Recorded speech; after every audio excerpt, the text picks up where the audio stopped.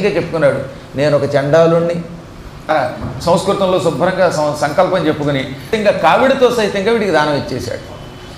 అక్కడి నుంచి చకచక కాళ్ళు చేతులు కడుక్కుని స్నానం చేసి పారిపోయాడు తన దగ్గరికి. వీడి మొత్తం బంగారం అంతా మోయించుకుని కూలి వాళ్ళతో ఇంటికి వచ్చాడు. ఇంకా రోజు నుంచి ఊళ్ళో వాళ్ళందరూ వీడి తెగ తిట్టడం మొదలెట్టారట. తిడుతూ ఉంటే నిందలు వేస్తూ ఉంటే ఇంకా తట్టుకోలేకపోయాడు. ఆయన భయపడిపోయాడు.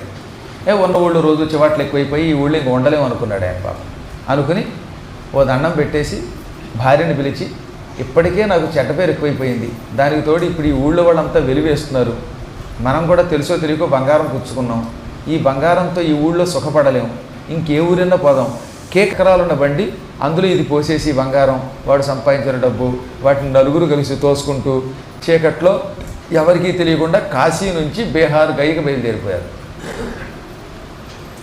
ఈ మహానందుడు మకాం మార్చడానికి ప్రయత్నిస్తున్న విషయం ఆ ఊళ్ళో ఉన్న ఒక దొంగల గుంపుకి తెలిసింది. దాదాపు ఒక 100 మంది దొంగలు ఉన్నారు. ఈ మధ్యన వాళ్ళు ఈ మహానందుడు మకాం మారుస్తున్నట్ట. పైగా వాడు ఏకంగా 150 కేజీల బంగారం, ఇది కాకుండా పాత బంగారాలు ఇవన్నీ కలిస్తే ఎంత కాదనుకున్నా 200-300 కేజీలకి తక్కువ కాకుండా వాడి దగ్గర బంగారం ఉంటుంది, ధనం ఉంటుంది. అవి మనం దోచుకుంటే జీవితంలో దొంగతనం చేయక్కర్లేదు అనుకున్నారు దొంగలు. అందుకని వీడి ఇంట్లోంచి బయలుదేరగానే రహస్యంగా ఈ 100 మంది దొంగలు కత్తులు కర్రలు పుచ్చుకొని వీడిని అనుసరించి అడవిలోకి రాగానే ఈయన అటకాయించారు. ఆయుధాలతో వీడిని అటకాయించారు. దాంతో వీడు హడిలిపోయాడు. అందులో కొంతమంది దొంగలు వీడికి తెలుసు. అందుకని ఎరా సాటి వాళ్ళు అయ్యుండి నా మీద దండయాత్రకు వస్తారా అనగానే ఈ దుర్మార్గుడు మనల్ని గుర్తుపట్టేశాడు రోయ్ అన్నాడు వాడు. గుర్తుపడితే వీడేం చేస్తాడు, ముందు ఆ బంగారం దోచుకోండి అన్నాడు ఇంకొకడు. సరే, ఈ నలుగురిని చేతులు కాళ్ళు కట్టేసి ముందు బంగారం దోచుకున్నారు. దోచుకుని వీళ్ళని వదిలి వెళ్ళిపోతూ ఉండగా వీడు నోరు తిన్నగా ఉండక, నాకు మీరు తెలుసురా, రాజుగారి దగ్గరికి వెళ్ళి మీ అందరికీ ఉరిశిక్ష వేయిస్తానన్నాడు. దాంతో వాడికి భయం వేసింది. ధనము హేరాళమబ్బే ఈతడు బళాయి, మనకి డబ్బా బాగా వచ్చింది, వీడో బళాయి మంచి బలవంతుడు. హిందీలో బడాయి అన్న, తెలుగులో బళాయి అన్న గొప్పవాడు, బలవంతుడు. బడా అంటే పెద్ద కదా, గొప్ప కదా, అదే హిందీలో బడాయి అయ్యింది, అదే తెలుగులో బడాయి అయింది. వీడు మంచి బలవంతుడు, తలుచుకుంటే 3-4 తంతాడు. మనల్ని గుర్తుపెట్టాడు, మనల్ని హెచ్చరించాడు. వీడిని వదిలామా విడివిడిగా మనల్ని పట్టుకుని సంహరిస్తాడు. ఇప్పుడంటే 100 మంది ఉన్నాం కాబట్టి వాడిని పట్టుకోగలిగాం. విడివిడిగా వాడికి దొరికామా దెబ్బకి చంపేస్తాడు, బుద్ధి చంపేస్తాడు వీడు. అది ఇది కాకపోయినా రాజుగారికి కంప్లైంట్ పెడితే ఆ తర్వాత అసలు మనం బతకలేము. కాబట్టి వీడిని చంపేస్తే మంచిది అనుకున్నారు వాళ్ళు. నిజమే, వీడిని బతికిస్తే మంచిది కాదు, వీడిని వదలకూడదు అనుకుని చంపడానికే సిద్ధపడ్డారు. చేతులు కాళ్ళు అప్పటికే కట్టేశారుగా.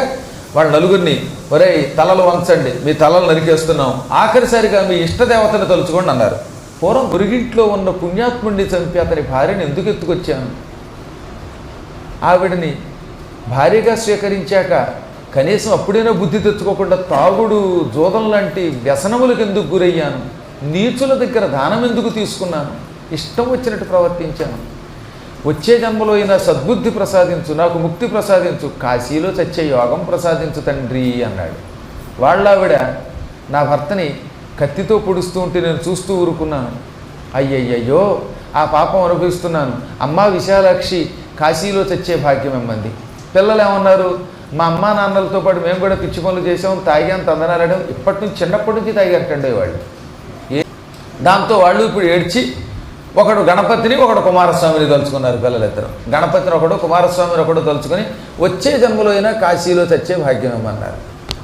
ఇంతలో వాళ్ళు కత్తెత్తి ఒక్క దెబ్బకి 4గురిని నరికి పారేశారు. ఈ 4గురు చచ్చిపోయారు.